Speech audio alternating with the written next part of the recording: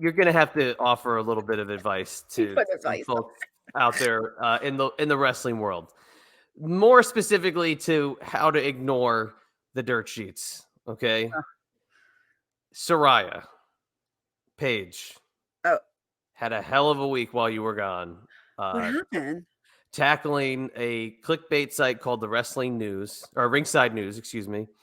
Um, they went after her hard. It Mm. just got intense, but she just kept feeding it. She just kept going back and just tweeting like crazy about them. And I know, you've talked about it in the past, and even we put out stuff about it in the past as well. Your feelings about how to handle the dirt sheets and how you felt about guys who write in the dirt sheets. How should talent take these guys or these sites in? How should they handle these things? Because they're not going to stop. They're always going to be around, but how should they kind of handle these as they, I guess, kind of filter into their daily routine now, clicking on social media every day? Um, the one thing I never understood that a lot of wrestlers do is when they get haters or they get somebody who is negative toward them, they retweet it and they argue.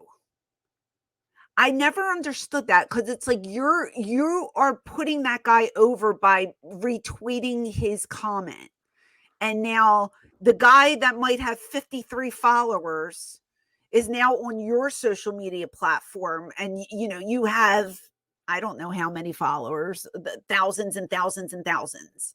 And you're giving this hater the spotlight, so to speak. You know what I mean? Like I never understood why fans did this. Now I happened to do it once, but the only reason why I did it is because of Meltzer attacking the other girls in wrestling. And I reached out about the other, to the other girls and just told them, it happened to me. Keep your head up, keep your chin up, blah, blah, blah. It wasn't really retweeting the negative space. You know what I mean? I don't feel like any of us should put somebody over who talks bad about certain individuals or projects hate or negativity. That to me is ridiculous. For Paige or Saraya's incident, I'm sure she knows that she's made mistakes in the past. I've heard her say in interviews she's not perfect. None of us are, which is true. Um, a lot of the stuff she did, I pretty much think that she wishes she never did or she could erase. So going back and forth with these people is just making it relevant again. And it's bringing light and attention to it. Best thing to do is ignore it. Right. Ignore it. Or if you do want to contact these people, do it in private. Don't put it on your page where you have millions of followers that everybody can see. Because then they'll go, oh, yeah, I forgot she did that tape. Let's Google it. And there we're watching it again. And whatever site it's on, they're getting more numbers added to it. And, they won't take it down. They're never going to take that stuff down.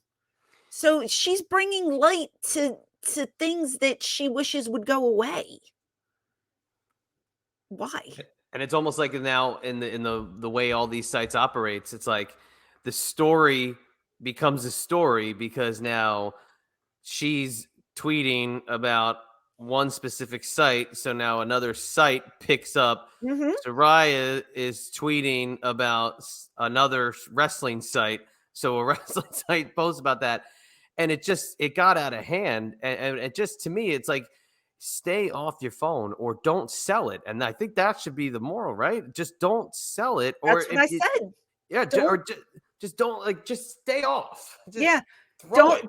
Don't repost it or if you feel the need to tell that person you need to stop talking about me, do it in private. Send them a private message. And now, could they retweet that private message? Yeah, they could send that out too. But if you just feel like you need to say something, I would try and do it in private. I wouldn't retweet that stuff and put it on a page that has thousands and millions, however many followers she has, that's bringing light to a negative situation. And I don't think she should have went that route. You know, if you want somebody to forget about something, you don't mention it anymore. Yeah. It escalated because it didn't start about the bad stuff. I mean, it was about, I think it was something like having to do with like, it was like a shirt or something she wore on TV, and then like she rebutted it, and then they like called her out, and then she tweeted it back at them, and then they just Ugh. went all in, and it was like, then they were calling out, like they said, like somebody in her family's no, it went nuts. Oh, It Jesus. oh, it was crazy. And Ringside News or whatever, whichever one is, has like one of the highest follower counts of any wrestling news site on Mhm. Twitter. It's insane.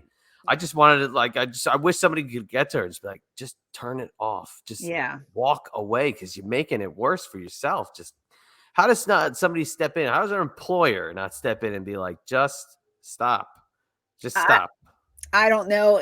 I mean, it's very rare because most of the people I deal with on Twitter are really nice, but you do once in a while get the haters, and I ignore them and I block them, and they go away.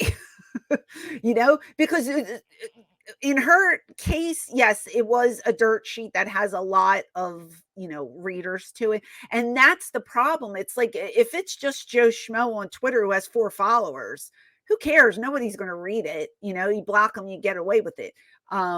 It goes away. But something like that, when they're posting false information, like if what if the guy's not a rapist? He's talking about her family. Like Yeah. I understand that, but don't do it on Twitter because that's just going to be Yeah. back and forth where Because then everybody somebody will just sees grab it. it.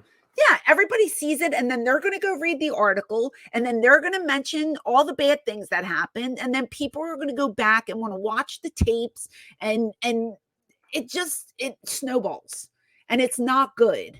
So either do it in private or ignore it. That's what I would do.